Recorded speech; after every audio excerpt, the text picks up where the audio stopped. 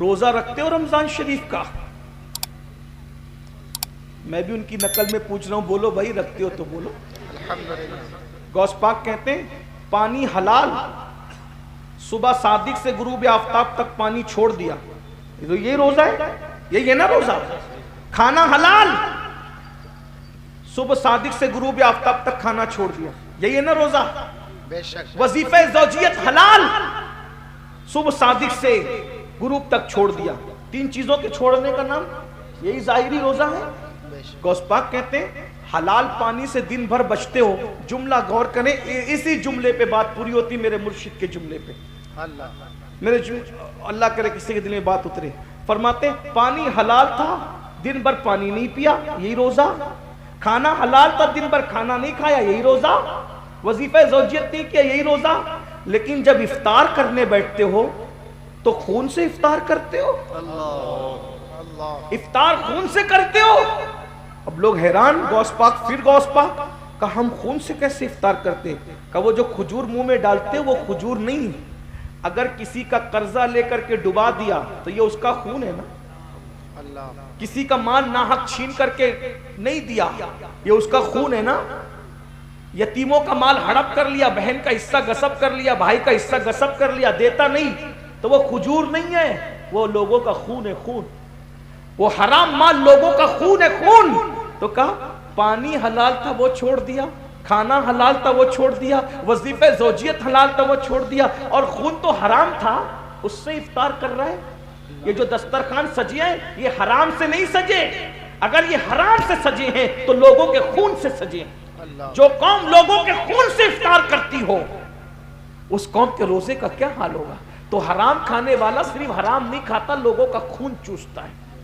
تو غوث پاک فرماتے اگر دنیا کی اور آخرت کی کامیابی چاہتے ہو حلال کو لازم پکڑو۔ غوث پاک کا ایک قول، کسی نے کہا غوث پاک مرشد آپ کو اتنی ترقی کیسے ملی، یہ مقام کیسے ملا، یہ مرتبہ کیسے ملا؟ میرے مرشد کہتے ہیں دو چیزوں سے مجھے یہ مقام نصیب ہوا، نمبر ایک میں ہمیشہ سچ بولتا رہا، نمبر دو میں ہمیشہ حلال کھاتا رہا، صدق مقال عقل حلال نے مجھے اس مقام پر پہنچا دیا۔ کسی کو زیبا نہیں ہے حسن کی بنیاد پر تکبر کرنے والوں، دولت کی بنیاد پر تکبر کرنے والوں، نیکی کی بنیاد پر تکبر کرنے والوں۔ تکبر کا مطلب اپنے آپ کو کچھ سمجھنا، میں کچھ ہوں، دیکھتے نہیں، کوئی آئے تو سلام نہیں کرتے، کوئی سلام کرے تو جواب نہیں دیتے۔ ارے شادیوں میں اگر کوئی غریب مالداروں کے پاس آ کے بیٹھ جائے تو اپنے سفید کپڑے سمیٹنے لگتا ہے۔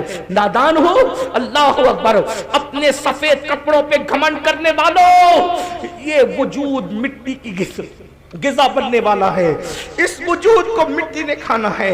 میں تو ایک بات مجھے یاد آئی، اللہ اکبر، ایک مرتبہ مولا مشکل کشا ایک خوبصورت پیالے میں شربت پی رہے، مولا علی پاک خاتم الولایت، سید السادات، امام المشارق والمغارب، حلال مشکلات والنوائب، اخی رسول و زوج البتول، فاتح خیبر، قاسم ولایت، سیدنا علی ابن ابو طالب کرم اللہ تعالی وجہہ الکریم، خوبصورت سے مٹی کے پیالے میں شربت پی رہے ہیں۔